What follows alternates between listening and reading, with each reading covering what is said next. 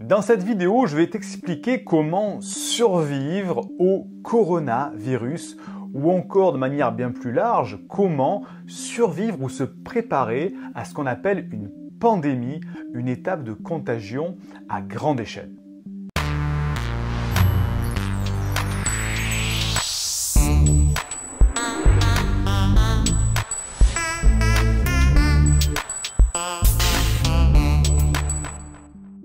Je te souhaite la bienvenue, je suis Siegfried C, neurothérapeute et j'accompagne les personnes à haut potentiel intellectuel ou émotionnel à canaliser leur surefficience pour s'épanouir avec leur douance. Avant de commencer, tu as sous cette vidéo ou sous le podcast un lien pour télécharger ta première formation offerte dans le cadre de cette campagne de sensibilisation pour les personnes à haut potentiel, une formation qui s'intitule « Canalise tes pensées envahissantes ». Fais-le tout de suite et on continue sur le sujet de la vidéo. Alors, si tu me connais, tu sais que je fais rarement de sujets qui sont liés avec l'actualité, mais en ce moment, enfin tout au moins au moment où je fais cette vidéo, nous sommes en pleine crise par rapport au virus de ce coronavirus, on va dire, cette grippe asiatique. Et il m'est venu l'idée de faire cette vidéo pour répondre à une question que peuvent se poser beaucoup de personnes, et notamment les personnes à haut potentiel. Comment se préparer au mieux pour ce qu'on appelle une pandémie, ce qu'on appelle une période de contagion dans laquelle les personnes sont contaminées petit à petit par un virus ou par toute autre maladie. Et si tu es au potentiel comme moi, tu sais qu'on aime bien comprendre les tenants, les aboutissants, explorer un sujet jusqu'au fond, modéliser, synthétiser l'information pour n'en garder que le plus intéressant, le plus pragmatique. Donc c'est ce que je vais faire et je vais me référer à un article qu'a écrit mon ami Sébastien Knight, dont tu trouveras les références sous aussi la vidéo et sous le podcast, qui a écrit un article particulièrement précis. Et je mets toute ma confiance dans Sébastien qui n'est pas médecin, Sébastien est entrepreneur, mais il a cette capacité lui aussi à modéliser, synthétiser, à rassembler beaucoup d'informations pour le rendre digeste tout comme moi je le fais avec vous. Et je vais te résumer dans cette vidéo le contenu de son article qui est très détaillé, que tu pourras retrouver bien sûr en description, mais tu en as en avoir le meilleur. Donc, il semblerait, au moment où je fais cette vidéo, qu'une pandémie soit sur le point de commencer. Elle est différente des autres pandémies de grippe parce que ce virus semble se propager via des personnes qui ne présentent pas en fait les symptômes de manière très évidente. Il faut savoir aussi que dans plus de la majorité des cas, dans plus de 80% des cas, eh bien, les symptômes sont très minimes. On peut prendre ça pour une petite grippe ou un simple rhume. Donc ce virus se propage très facilement. Et surtout que le porteur en lui-même ne présente pas beaucoup de symptômes. Donc en résumé, nous avons tous une grande chance, ou une grande malchance, d'être contaminés par le coronavirus, tout comme nous avons la même chance ou la même malchance d'être contaminés par le virus de la grippe chaque hiver. Mais personne ne sait à quelle ampleur va avoir cette pandémie. Mais il y a deux paramètres à prendre en compte. Premièrement, si tu as plus de 60 ans ou que tu es un fumeur ou que tu as déjà un problème de santé, tu dois prendre des mesures pour éviter, voire retarder la contamination parce que tu fais partie des personnes les plus à risque. Plus de 60 ans, fumeur ou avec déjà un problème de santé. Si tu as moins de 60 ans et que tu ne fais pas partie de ces groupes à risque, tu auras beaucoup moins de chances d'avoir une aggravation de cette grippe. Mais par contre, tu deviens un porteur du virus qui peut le transmettre à une personne à risque dans ton entourage, dans ta famille, dans tes amis, bref, à une personne qui, elle, pourrait éventuellement décéder. Donc l'avantage qu'il y a aujourd'hui, et l'avantage qu'il y a quand on se prépare à ce genre de choses, que ce soit le coronavirus ou un autre virus bien sûr, c'est qu'on peut, échapper à une pandémie qui s'aggrave. Alors c'est vrai qu'après le problème, si tout le problème se résout, on a un petit peu l'air un petit peu ridicule en disant « ouais, mais il a été un petit peu alarmiste, Siegfried, ou son ami Sébastien, bon bref. » Mais ça, c'est si tout se passe bien. Si tout se passe mal, eh bien, on aura pris le temps de préparer tout ça pour que ça se passe au mieux. Et ce qui importe le plus pour toi pour ton entourage, c'est de te préparer. Et les préparatifs doivent se concentrer sur 3 tâches. Premièrement, réduire les risques pour toi et pour tes proches d'avoir la maladie.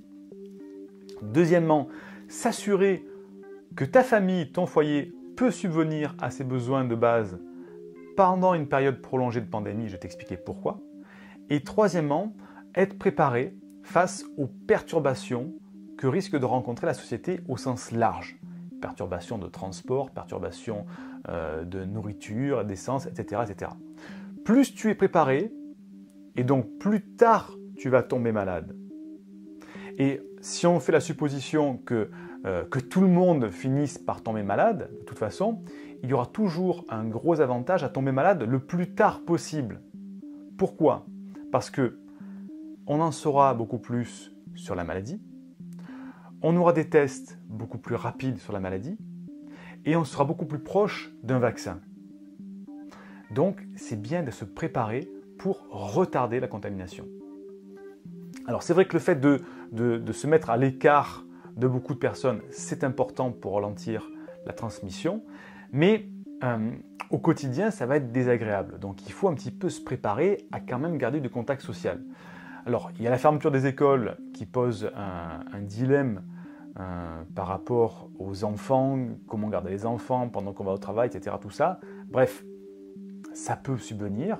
Bien sûr, le lavage des mains au savon, c'est une base, c'est facile, ça n'a pas d'inconvénient majeur. Par contre, il faut le faire. Et c'est pas juste, hop, comme ça j'ai fini, c'est on se frotte les mains, dessus, dessous, entre les doigts, on frotte bien le bout des ongles, le bout du pouce, on remonte jusqu'au poignet. Donc tout ça, ça dure à peu près 20 secondes et après on rince.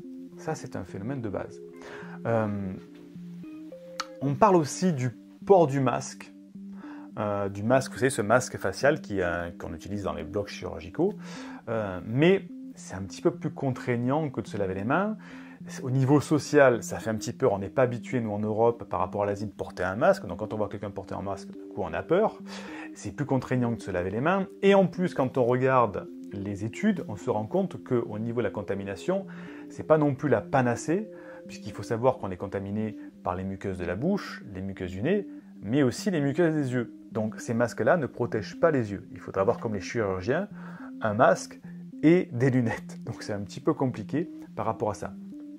Donc, le plus important, c'est de se préparer et principalement se préparer à d'éventuelles pénuries. Et on va en parler. Parce que peut-être qu'au moment où tu écoutes cette vidéo, ça sera peut-être trop tard pour te rendre en magasin. Peut-être qu'il y aura une grosse pandémie, je ne l'espère pas, et il n'y aura plus de stock. Mais je vais t'expliquer justement comment faire pour remédier à tout ça. C'est aussi le moment de réfléchir à la façon dont tu vas prendre soin des personnes qui sont autour de toi si tu dois rester à la maison. Donc c'est important de savoir comment tu vas faire pour soigner quelqu'un dans ta famille sans être contaminé, ou si toi-même tu es contaminé, comment faire pour ne pas contaminer les gens qui sont dans ta famille. Alors première chose à voir, c'est pourquoi le coronavirus ne peut pas être maîtrisé. Alors, c'est pas juste une autre forme de grippe. On a eu des virus beaucoup plus graves, comme Ebola ou le H5N1, qui eux avaient la particularité d'avoir, les personnes en tout cas qui contractaient le virus, avaient la particularité d'avoir des symptômes évidents. Ne pouvaient pas se balader, enfin en tout cas les personnes contaminées ne pouvaient pas se balader très longtemps comme ça en contaminant les autres personnes. Les symptômes étaient visibles pour Ebola et pour d'autres types de grippe. C'est pas pareil pour le coronavirus qui est différent. On a la grippe normale par exemple, dans laquelle on va avoir rapidement des frissons, des tremblements, de la fièvre, etc. Tout ça. La particularité du coronavirus, c'est que le virus semble se propager sans montrer de symptômes. C'est-à-dire que tu peux te balader pendant plusieurs jours en étant porteur du virus sans avoir aucun symptôme. C'est un petit peu un retardement. Et pendant toute cette période, tu es contaminant par rapport aux autres personnes qui sont autour de toi. Donc, il y a un problème, c'est que si on a que, c'est un petit peu le principe de Pareto, si on a 10% de personnes infectées, elles pourraient être responsables de 80% des transmissions. Parce que pendant un certain laps de temps, elles sont saines extérieurement alors qu'elles portent le virus. Et si elles se mettent à tousser, à éternuer, ou s'essuyer un peu le bord de la bouche et mettre la main sur une poignée de porte, eh bien elles vont contaminer comme ça des dizaines d'autres personnes sans le savoir. Donc on n'a pas ce problème, on a justement ce problème de ne pas pouvoir détecter ça. Et la période pendant laquelle ces personnes contaminées peuvent se sentir en pleine forme, sans symptômes, peut aller jusqu'à 27 jours, d'après les spécialistes. Donc c'est beaucoup plus que les 14 jours annoncés par les médias. Donc c'est jusqu'à 27 jours, voire 29 jours. Donc ce qui fait qu'une personne peut être saine extérieurement pendant presque un mois, alors qu'elle peut porter le virus. Et le coronavirus peut persister sur des surfaces inertes, comme le métal d'une poignée de porte, le verre d'une vitre, le plastique, jusqu'à 9 jours. 9 jours, c'est plus d'une semaine. Donc si quelqu'un arrive tout sur la main, ouvre la porte, eh bien cette poignée de porte peut être potentiellement contaminante pendant 9 jours. Donc une personne qui passe 9 jours plus tard, pose la main dessus, se gratte le bord du nez ou se touche un peu la bouche, elle se contamine avec le coronavirus 9 jours plus tard. C'est pour ces raisons que le confinement, par exemple mettre en quarantaine des personnes dans des petites villes ou interdire aux personnes de se déplacer ou éviter les rassemblements de masse, ça ne va sûrement pas fonctionner. On ne va pas pouvoir le contenir. Comme la grippe, on n'arrive jamais chaque année à contenir la grippe. On la réduit, on ne l'éradique pas en tout cas. Donc on a ce problème-là, et le problème c'est que ce coronavirus va finir par se propager à beaucoup de personnes. Donc c'est un fait. Donc l'objectif du confinement, ce n'est pas d'empêcher le virus de se propager, le but c'est de le ralentir tout simplement. Ça ne va pas plus loin que ça. Alors pourquoi on devrait s'inquiéter de ça? Le principal problème qu'il va y avoir, c'est qu'on va avoir un problème au niveau de la société. Ce n'est pas trop un problème de mortalité en dehors du groupe de personnes à risque, c'est un problème de société. Pourquoi? Parce que cette pandémie, ce virus, va sûrement nuire et nuit déjà à l'économie du pays. Et ça va avoir un impact beaucoup plus profond dans quelques semaines, dans quelques mois. C'est-à-dire que, effectivement, des événements vont être annulés, des événements publics, il va y avoir des confinements, des gens qui ne vont pas pouvoir aller travailler. Bref, tout ça va, dans quelques jours, quelques semaines, impacter l'économie de tout le pays. Donc il faut être préparé à ça en amont. Il va y avoir une perte de chiffre d'affaires de beaucoup d'entreprises. Vous imaginez, le carnaval de Venise a été annulé. Il y a des défilés de mode qui ont été annulés, des événements sportifs. Tout ça, c'est une perte de chiffre d'affaires énorme qu'il va y avoir dans les jours qui suivent, puisqu'en France, on est en train de mettre en place, le gouvernement est en train de mettre en place tout ceci. Donc ce qui est sûr, c'est que le virus va certainement se propager en dehors du confinement et va atteindre un nombre important de personnes. Donc si tu vis dans un pays qui a très peu de cas, mais qui ne teste personne pour le moment en fait, eh bien tu sais que ça risque peut-être de changer à partir du moment où on va commencer à mettre en place des tests. C'est ce qui se passe actuellement en France métropolitaine. Ce qui va se passer, c'est qu'il y a davantage d'endroits qui vont être mis en quarantaine. Donc on va avoir des vols d'avion suspendus, on va limiter beaucoup de rassemblements sociaux. Et pays après pays, ville après ville, lorsque les premiers cas se manifestent, eh bien, il va y avoir des mesures qui vont être prises, des fermetures d'écoles, les mises en quarantaine, des supermarchés qui restent d'être pris d'assaut. Bref, une situation de crise.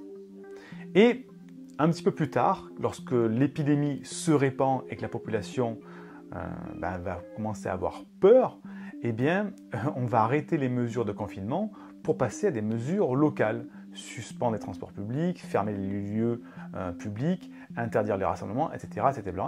Tout ça, c'est lorsqu'on est en phase avancée de cette période de contamination. Donc ce qui est très probable, c'est qu'environ entre 40 et 70% des personnes adultes pourraient attraper le coronavirus. Donc, toi, moi, les personnes autour de moi, on a de grandes chances d'attraper le virus à un moment donné. Peut-être pas maintenant, mais certainement à un moment donné. Donc le problème d'une épidémie, donc là je parle du coronavirus spécifiquement, mais pour tout type d'épidémie, c'est que certains hôpitaux seront débordés au plus fort de l'épidémie. C'est-à-dire qu'il faut se rendre compte que dans le cas du coronavirus, c'est un problème respiratoire qui fait que certaines personnes décèdent. Au Chine, ils ont des batteries de plusieurs centaines de lits avec des respirateurs, des aides à la respiration qui sont mis en place. Nous, en France, dans nos CHU, on n'a pas plusieurs centaines de lits pour ça. On n'a pas la capacité de production pour ça et on ne l'a pas. Donc si vraiment il y a une épidémie, que beaucoup de cas deviennent des cas graves, on va leur donner les lits par ordre de priorité. Mais après, ceux qui arriveront derrière, entre guillemets, premier arrivé, premier servi. Donc, il y a un problème au niveau des hôpitaux qui vont être débordés, c'est clair. Il y a beaucoup de ventes qui vont se faire d'accessoires de ce qu'on appelle le survivalisme, c'est-à-dire beaucoup de gens vont acheter des graines, comment on appelle ça, des masques, des couteaux, bon, bref, tout un tas de trucs pour survivre. Mais le gros problème, c'est un problème financier économique. Donc ce qui pourrait se passer, c'est que certaines villes se mettent en quarantaine et qu'il y ait des restrictions pendant un certain temps. Donc la décision pour faire tout ça, pour traverser cette crise, c'est que tu dois te préparer à justement avoir de quoi répondre à cette situation de crise. Déjà en prévention, comme je vais t'expliquer, prévention classique pour une grippe, se laver souvent les mains, tousser dans le coude plutôt que de tousser dans la main, éviter de toucher tout le temps avec les mains, mais plutôt toucher avec les articulations, comme une poignée avec le coude, pousser une porte avec le coude, pousser une porte avec le dessus de la main et pas avec les doigts où on a tendance à tout le temps se toucher la bouche, les mains, les oreilles, les yeux. Ça, c'est le premier réflexe. Se laver régulièrement, c'est sûr que si vous rentrez dans le lieu public, vous n'allez pas vous mettre dans votre lit avec votre jean et les baskets sur le canapé, vous quittez vos affaires sales, vous prenez une douche et ensuite vous mettez des affaires propres dans la maison. Ça, c'est les principes de base. Prendre une solution hydroalcoolique qui désinfecte à 99%, c'est une solution pour se laver souvent les mains. Il vaut mieux avoir des mains un petit peu sèches, mais pas être porteur du virus, que d'avoir des mains toutes douces et être porteur du virus. Donc les solutions hydroalcooliques, ça vaut le coup, notamment si on a des enfants dans la famille. Bref, ce sont les mesures basiques pour ne pas être contaminé l'hiver, tout simplement. Donc après ça, il y a d'autres précautions qu'il faut prendre par rapport au niveau économique. Les suggestions économiques, je vais t'en parler. Alors là, je vais te parler d'une situation de crise, donc on pourrait me traiter d'alarmiste, mais il vaut mieux se préparer, donc prévenir plutôt que guérir. Le premier réflexe, c'est doucement, discrètement, commencer à t'approvisionner et prévoir suffisamment de denrées alimentaires non périssables pour que ta famille puisse tenir pendant plusieurs semaines. Plusieurs semaines de mise en quarantaine, par exemple. Donc, il faut que tu réfléchisses à la manière dont tu pourrais bien prendre, comme on le sait très bien, du riz, des pâtes, par exemple, ou bien tout ce qui est tout ce qui est pois chiches, les fèves que l'on peut garder sèches, ou les légumes en bocaux, des légumes qui sont stérilisés, et au pire, dans les situations les plus pires, des boîtes de conserve que tu peux avoir, boîte de conserve de raviolis, boîte de conserve de ce que tu veux. En tout cas, c'est facile puisque ça peut être conservé pendant des mois. Donc même si tu es obligé de l'acheter aujourd'hui, tu pourras le consommer dans le reste de l'année. Donc c'est pas perdu en fait. Mais au moins tu as ça chez toi avant de te retrouver un jour avec d'un coup les médias qui annoncent aujourd'hui nous allons mettre en quarantaine telle ville. Là, tout le monde va se ruer sur les supermarchés, prendre la farine, le sucre, tout ça, parce qu'en fait l'eau aussi, parce qu'il risque d'y avoir un phénomène de crise et beaucoup de personnes ont aussi un souvenir de la Seconde Guerre mondiale, notamment mes propres parents, qui eux, dès qu'il y a une situation un petit peu dangereuse, ils vont prendre de l'eau, ils vont prendre du sucre, ils vont prendre de la farine. C'est un réflexe, donc il faut se prémunir. Donc doucement, discrètement, c'est pas pour ne pas éveiller en fait la suspicion du phénomène de crise. Donc tu ne vas pas prendre 40 kg de pâtes dans un supermarché, tu vas prendre peut-être 5 kg dans un supermarché, 5 kg dans l'autre, et encore 5 kg dans un autre supermarché, où tu fais tes courses en plusieurs fois, comme ça personne n'est affolé. Donc ça c'est bien. Localise des services de secours qui sont autour de toi. C'est le moment de te dire, ok, bah tiens, qui dois-je contacter si jamais il y a un problème? Quels sont les services d'urgence? Si je dois y aller, comment je dois me rendre au service d'urgence? Quels documents je dois mener? Qu'est-ce que je dois faire? Bref, toutes les solutions pratiques pour être prêt au bon moment. En ce qui concerne l'eau potable, on a de la chance en France d'avoir un réseau au robinet avec une eau potable. Donc pour l'instant, il n'y a pas eu de phénomène de crise, on n'a jamais eu de phénomène de crise au niveau de l'eau potable au robinet. On a eu des phénomènes de crise par rapport à l'eau en bouteille. Bref, c'est à toi de voir si tu préfères stocker de l'eau en bouteille ou pas. Il y a toujours la solution du robinet. Et si tu habites en bord de mer, tu as toujours la solution de désaliniser un petit peu d'eau. Donc ça posera moins de problèmes. Alors qu'est-ce qu'il faut prendre chez toi? Essaye d'avoir quelques mois de tes médicaments, si tu prends des médicaments sur ordonnance, c'est possible. Parce que s'il y a des perturbations, peut-être que les médicaments pour la tension artérielle ou pour d'autres traitements, tu ne vas plus pouvoir y avoir accès. Donc, essaye d'en avoir d'avance, plusieurs mois. Prendre du paracétamol, de l'aspirine, bien sûr, du désinfectant hydroalcoolique, qu'on connaît. Prendre du papier toilette, parce que c'est vrai qu'on n'y pense pas, mais en situation de crise, ça peut poser un problème si ce n'est pas approvisionné.